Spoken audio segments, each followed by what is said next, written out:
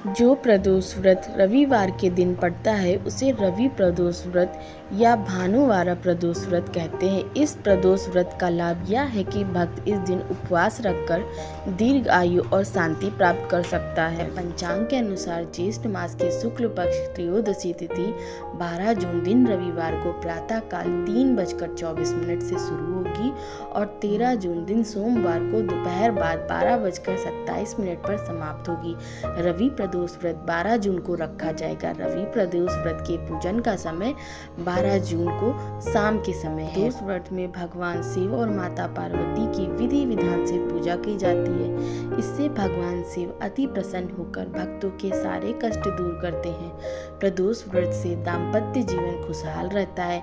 व्रती के मृत्यु के बाद मोक्ष की प्राप्ति होती है। प्रदोष व्रत पूजा विधि। प्रदोष व्रत के दिन सुबह जल्दी उठकर स्नान आदि करके साफ कपड़ा पहने। उसके बाद घर के मंदिर में दीप प्रज्वलित करके व्रत का संकल्प लें। भगवान भोलेनाथ का गंगा जल से अभिषेक करें। अब भगवान भोलेनाथ और माता पार्वती को पुष्प अर्पित करें तथा भोग लगाएं। पूजा के अंत में भगवान शिव की आरती करें। रवि प्रदोष व्रत कथा। एक गांव में एक दीनहीन ब्राह्मण रहता था। उसकी धर्मनिष्ठ पत्नी प्रदोष व्रत करती थी। उनके एक पुत्र था। एक बार वह पुत्र गंगा स्नान को गया। दुर्भाग्यवश मार्ग में उसे चोरों ने घेर लिया और डराकर उससे पूछने लगे कि उसके पिता का गुप्त धन कहाँ रखा है। बालक ने दीनता पूर्वक बताया कि वे अत्यंत निर्धन और दुखी हैं। उनके पास गुप्त धन कहाँ से आया और चोरों ने उसकी हालत पर तरस खाकर उसे छोड़ दिया।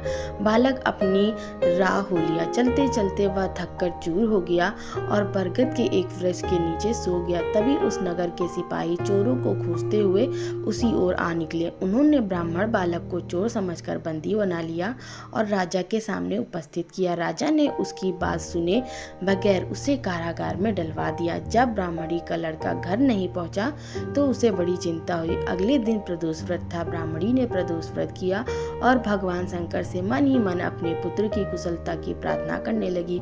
उसी रात्रि राजा को स्वप्न आया कि वह बालक निर्दोष है। यदि उसे नहीं छोड़ा गया तो तुम्हारा राज और वैभव नष्ट हो जाएगा। सुबह जागते ही राजा ने बालक को बुलवाया।